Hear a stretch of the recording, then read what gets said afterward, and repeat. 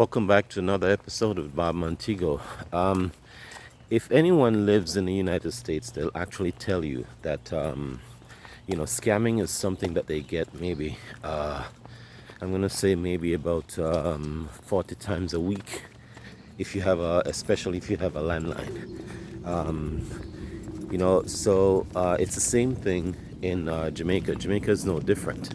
The one difference with Jamaica though is that in Jamaica, it's your family and friends and acquaintances and just people in general that you may know that is actually trying to scam you.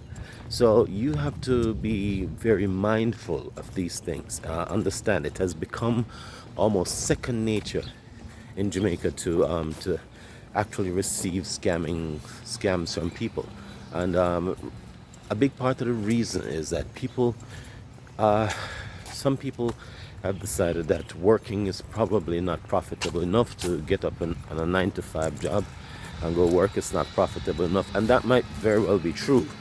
Does not excuse the rate and level of scamming, though, and so it has caused a breakdown. It has caused a breakdown in society, actually, that you can't trust anyone. You can't trust workmen. You can't trust family members. You can't trust strangers. Sometimes you can't trust the system, And the scamming comes in various forms. And one of the most heartbreaking part is that, especially in Florida, I have to tell you, the two high rate areas for scamming is Florida and California. And a large part of it has to do really with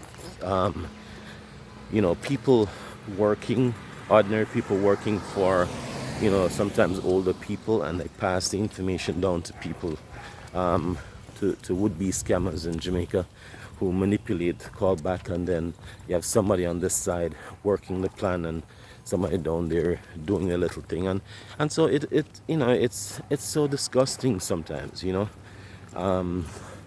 because it has caused a breakdown in our society in such a way that people hardly want to work. People don't understand the value of work anymore. And let me just say this: it's a tiny fraction of the society, a tiny fraction. It's not a lot of people. However, the idea of gypping somebody, of ripping off somebody, has permeated the society so much that it becomes a second nature. So the point I'm making to you today is, look, open your eyes, pay attention, and don't let anyone rip you off. If you don't let anyone rip you off.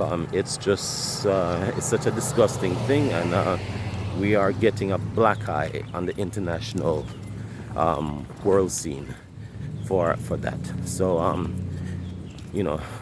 stay strong and pay close attention. Don't let anyone rip you off. Thanks for watching Bob Montego. If you have not yet done so, please like, share, subscribe, and tell someone about my videos. Thanks again for watching, and thanks for joining me today.